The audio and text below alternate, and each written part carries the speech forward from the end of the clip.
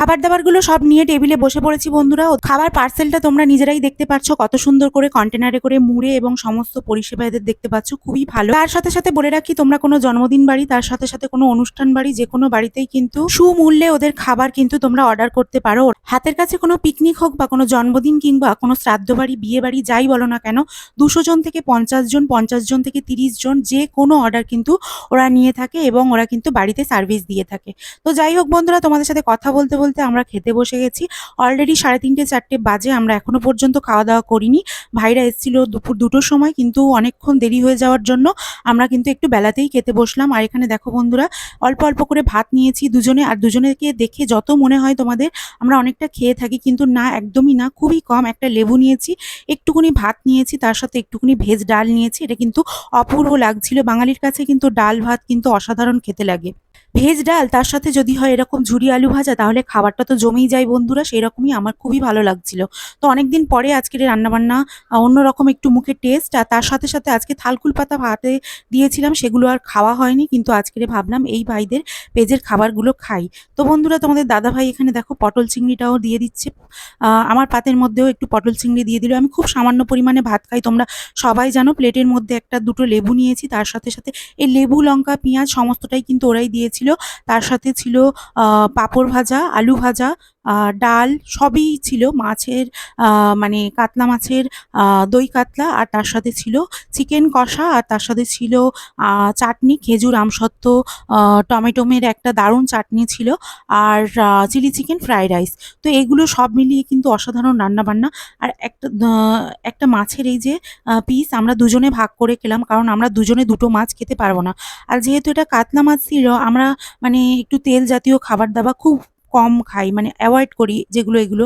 তো সেই জন্য আমরা হাফ হাফ করে একটা পিস মাছ দুজনে নিয়েছিলাম, জাস্ট টেস্টের জন্য। কিন্তু আমি এই মাছের থেকে ছোট সাইজের মাছ খাই বন্ধুরা। তো তোমাদের দাদাভাই এই যে আর আমি দুজনে বসে বসে এখন খাওয়া দাওয়া করছি। আর আমার শাশুড়ি মা পাশে বসে আছেন, শাশুড়ি মায়ের সাথে গল্প করছি, কারণ শাশুড়ি মার আজকে বৃহস্পতিবার, ওনাকে আগে খাইয়ে দাইয়ে দিয়েছি। নিম বেগুন করেছিলাম, তার সাথে নিরামিষ রান্না বান্না। শাশুড়ি মা আজকে বৃহস্পতিবার বলে খাবেন না, কিন্তু আমরা বাইরে ঘাটে কিংবা কোনো অনুষ্ঠানে কিংবা বাড়িতে খেয়ে থাকি মাঝে মাঝে, যেটা খাওয়া উচিত নয়। তো যদিও আজকের আমি কোনো রকম উপোস টুসপোস করিনি, তো সেই জন্য খেতে পারলাম। তো যাই হোক, এখন বন্ধুরা দুপুরের খাবার খাচ্ছি, কিন্তু আমার সামান্য খাওয়া দাওয়ার মধ্যে আমি এতগুলো তরকারি কিভাবে খাবো বুঝতে পারছিলাম না। আমার হাজব্যান্ড একটু পাতের মধ্যে ভাত তুলে দিয়ে বলল, তুমি একটুকুনি খাও, আজকেরই কিছু হবে না। তো যাই হোক, তোমরা আবার এতে কোনো খারাপ মন্তব্য করো না, বাজে মন্তব্য করো না যে আমরা খেয়ে দিয়ে মোটা হচ্ছি, আমরা এই ফেটে যাচ্ছি ওই। তো প্লিজ এগুলো বলো না, খারাপ লাগে শুনতে। আমি চিকেন খেতে ভালোবাসি বন্ধুরা। এই চিকেন কষাটা অসাধারণ হয়েছিল। আমি এক পিস নিয়েছিলাম এবং আমার হাজব্যান্ড যেহেতু চিকেন খান না, তো সেই জন্য ও একটুকুনি নিয়েছে, এক পিসই, কিন্তু ওটা পুরোটাই ও খেতে পারিনি, কারণ ওর দোকানের পাশেই একটা চিকেনের দোকান আছে, সেই জন্য অতটা চিকেন খেতে পারে না।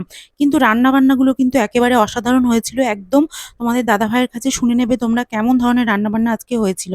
তারপরে আমরা একটু রাইস, একটু চিলি চিকেন এখানে বন্ধুরা নিয়ে নিয়েছি। তো আমি এখানে একটুকুনি নিয়েছি, আর ঝোল ঝোল ব্যাপার, কারণ আমি আর ভাত খাবো না। আমার অল্প ভাতেই আজকে একদম পেট ভরে গেছে। আর তোমাদের দাদাভাইও এইটা খেয়েছে, আর ও আর খাবে না। এবং বাড়ির সবার জন্য রেখে দিয়েছি। ভাবলাম যে ভাই যেহেতু মানে এই পেজ থেকে খাবারটা দিয়ে গেছে, তো বাড়ির সবার জন্য একটু করে থাক। তো আমি এখানে খাচ্ছিলাম আর তোমাদের বলছিলাম রান্নাবান্না, খাবার দাবার খুবই ভালো হয়েছে।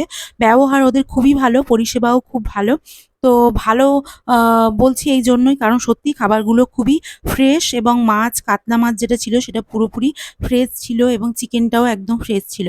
তো চিলি চিকেনটাও খুব সুন্দর হয়েছে। সব মিলিয়ে রান্নাবান্না কিন্তু অসাধারণ। তোমরা চাইলেই কিন্তু বুক করে নিতে পারো। এইবার আমার শাশুড়ি মা পাশ থেকে জিজ্ঞেস করছিলেন কেমন লাগছে খাবার দাবার, কি বৃত্তান্ত। তো তোমাদের দাদাভাইয়ের মুখ থেকেই শুনে নাও ওর খাবার দাবারগুলো কেমন লেগেছে। শেষ পাতে চাটনি পড়ে গেল বন্ধুরা। দই কাতলা বলো, চিকেন বলো, ফ্রাইড রাইস বলো, সবই ভালো লেগেছে।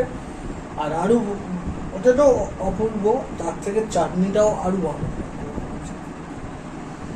তো চাটনি খুব ভালো লেগেছে। আর আমার তো চাটনি খেয়ে পুরো থালা সাপ, যেহেতু সুগার, সেই জন্য বেশি চাটনি খেতে পারি না। 1 চামচ নিয়েছি, কিন্তু চাটনিটা অসাধারণ হয়েছে। আমসত্ত্ব, সব খাবার কিন্তু সবই ভালো দিয়েছে। হয়েছে, সব খাবার কাজু, কিন্তু কিশমিশ, অপূর্ব। রান্নাবান্না খুবই ভালো হয়েছে। এদের পেজের নাম কিন্তু happy guest catering service Kolkata. তো এই নামে কিন্তু পেজ আছে, সেই পেজে কিন্তু সমস্ত রান্নাবান্না, সমস্ত রিভিউ, কাস্টমারের রিভিউ সব কিছু কিন্তু তোমরা পেয়ে যাবে সেই পেজটাতে। আবারও পেজটার নাম আমি বলছি, happy guest catering service Kolkata. তো বন্ধুরা, এই ছিল আজকের ভিডিওটা। আর এখানে দেখো, তো ওদের ক্যাটারিং সার্ভিসের একটা ছোট্ট ফুটেজ তোমাদের সাথে শেয়ার করলাম বন্ধুরা। খুলে দে একটু।